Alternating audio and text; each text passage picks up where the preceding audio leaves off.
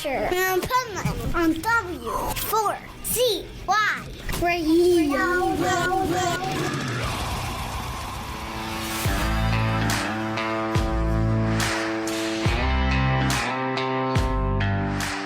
This is the Pipeman here on the Adventures of Pipeman W4CY Radio, and I'm here with Austin Snell. What's up? Hey. It's fucking great that you're here at Bourbon and Beyond. It's fucking great to be here, man. The weather is phenomenal. I know, right? Phenomenal.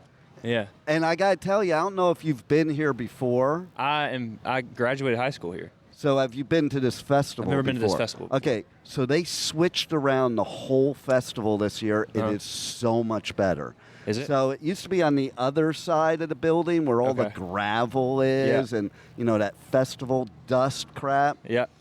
Not this year. Like, I was almost, in one sense, looking forward to coming, and I was, like, dreading. I'm like, oh, man, I'm going to get the festival flu again. And then I walked out there. I'm like, oh, my God, this is freaking Well, also, great. they got all of us inside, too, which is great. Usually you don't get that at festivals. That's amazing. Usually you're sitting out in the sun all day waiting to play, and today got a little AC going. So See, have you ever done a Danny Wimmer festival before? I have no idea. Okay, Potentially. well, see how he treats the artists. Mm-hmm. I mean, like, what has your experience been already as being treated as an artist compared to other festivals? Yeah, the experience here has been great. I mean, like I said just now, we got indoor green rooms, we got snacks, we got catering, we got all the good stuff. And they got golf carts to haul us around everywhere. So I've definitely been at festivals where you get none of that. And there's nothing but and loading's a nightmare. Yep, and just porta potties. Right? That's all there is. But no, it's been great. It's been awesome. So yeah, that's cool. And I think it's even the way it's done is better for you as an artist, because I always wonder with artists, I'm like, how the hell did they do this and sing with that festival dust? Like, I lose my voice after a day of interviews from that. I can't imagine singing and doing that. Yeah, I've had to learn the hard way that you got to take care of your voice for sure in this business. It's harder to go sing up in the mountains than it is in the dust. Because of the elevation? Yeah, like in Colorado up there, it's rough. Yeah, I bet. And I'm tired before I get on stage. I know, right?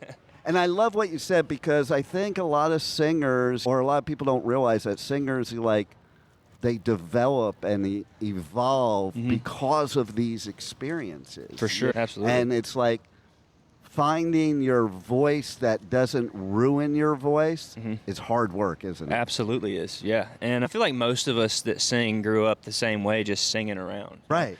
Nobody ever took a music singing class in school or high school or any of that. And so, like, when I started singing, that's all I knew was how I'd been singing my whole life. And then when you add that on top of playing 150 shows a year, it stacks up. So you don't have the longevity if you do that. Like, absolutely not. I had that issue. Like, when I was a teenager, I was singing thrash metal, but it was so new that they didn't have any techniques or anything. So I just fried my throat. Because it's easy to do. You think that's how you're supposed to sing it. Like, you you're just do whatever supposed to sounds sing good from your gut, but when you're doing those guttural sounds, you think it has to come from your throat, and then you fry it, and you can't even get past one song. Yep. And I think I like focusing on that, because I don't think people realize how hard it is sometimes to be an artist and a singer. Yeah, it's tough work, but there's also absolute worse things I could be doing that could be harder. So I worked construction for a couple of years and then worked on airplanes for about 4 before that. And so I would much rather be warming up my vocal cords than walking out into the sun. So what was that moment in time in your life that you knew this is what you needed to do? I don't think that there was ever a point that kind of changed my perspective on it. I joined the Air Force right after high school. Thank you for your service, by the way. Thank you so much. And I joined the Air Force right after high school, and then was pretty much just bored, man. I really just got bored after basic training, and I was in my second phase of training, so we'd go to class at 6 a.m. and get off at 4, and that was the first time we had any free time. So I had to figure out how to fill this free time that I had for the first time. And I bought a guitar and started singing songs, and kind of around then was when TikTok and all that kind of came along. So I just started doing covers and posting them. Nice. And got bored with covers, so I started writing my own songs. And I did the same thing and kind of built a following that way, and then moved to Nashville after my enlistment. So I've never had a plan at all in my life ever. That's the way things work out the way you really want them to. Because when you have a plan, and if the plan goes awry, then you're like, oh my God. But when you don't really have that plan, you could just be whoever you want to be. Mm-hmm.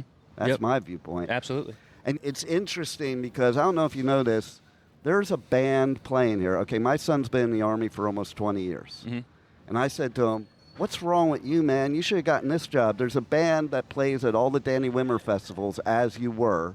They're an Army band. It's their job in the Army to play music and play music festivals. I'm like, my son's PsyOps. He jumps out of airplanes into Somalia and stuff like that. I'm like, you couldn't have traded in the torture training for maybe guitar lessons? Yeah, absolutely. Yeah, I didn't know enough about music theory to do that when I joined the Air Force, so I still don't know anything about music. I just do what sounds good. And you know what, like though? Think about it. Some of the greatest artists, it's not about knowing everything. It's about having that passion. Absolutely. And I think you lose a lot of creativity that way, too. If you know too much about what you're doing, you lose a lot of creativity. Because then you're too focused on the what's right and technical wrong. instead of just the heart. Right. Like, I can tell you some of the best concerts I ever went to weren't necessarily the best sounding singers or the best musicians. It was the energy, the vibe, what you feel going on. Yep, absolutely right. You got to catch a vibe, man. That's the biggest thing. There it is. That's all people want to experience is just a vibe. That's what it's about, especially nowadays. With everything going on in the world, we just want to come here to escape in your art. That is absolutely right, man. You know? Speaking of that, tell us about Home Sweet Hell. Yeah, the song or the project? All of it, because I just love that name altogether, because I feel like that when I go and do festivals in Europe and UK and I come back home, I'm like, oh, Home Sweet Hell is the way I feel. Yeah, so the EP kind of came last minute, I would say. A couple friends of mine and I wrote the song at, I think it was 3 a.m. in a Motel 6. Love that. Late last year.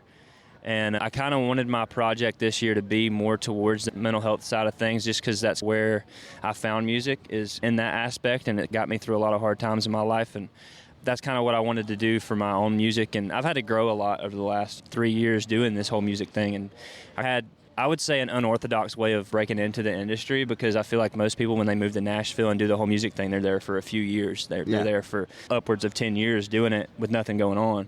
And so they have time to figure out themselves and learn about what they want to talk about and this and that, and just shot into the whole thing and signed my record deal 5 months into moving to town. Wow. And so when that ball starts rolling, you're still learning a lot about yourself and what you want to talk about in your story.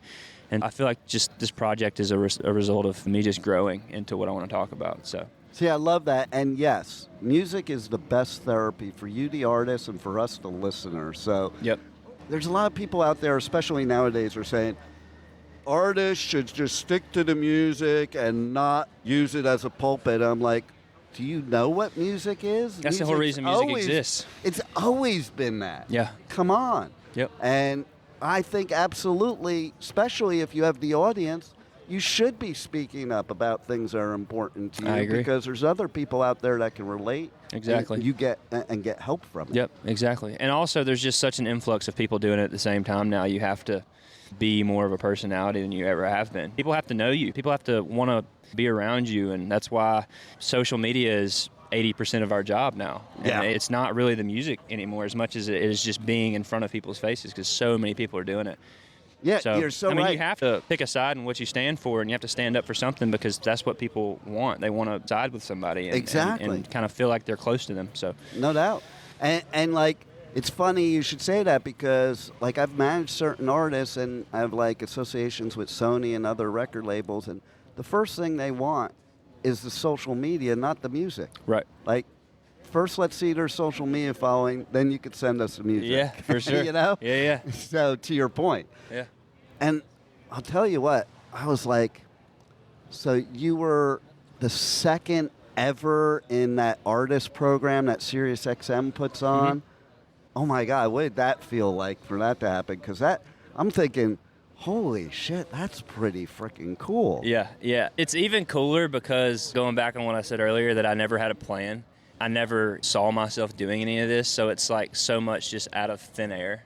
And it's just kind of just been one of those things where like I wasn't expecting any of that. I wasn't expecting to even be here today or any of that. I just have been doing what I love, and I feel like it's a testament of just doing what you love, and it'll figure itself out. That's all that matters. I could tell you have the total passion for music and what you do and the love for it. There's sometimes artists that are just going through motions. I'm like, you're in the wrong business. If you're not loving this business, you're in the wrong business. it'll 'cause cheer you the up and rest spit you of out, it's man. not fun. Right. You know? So you got to at least love doing the music. For sure. Well, I'm so happy you're here at Bourbon Beyond. You're I'm happy to be here, man. badass. Thank you and so thanks for being on the Adventures of Pipeman. Absolutely, man. Thank you.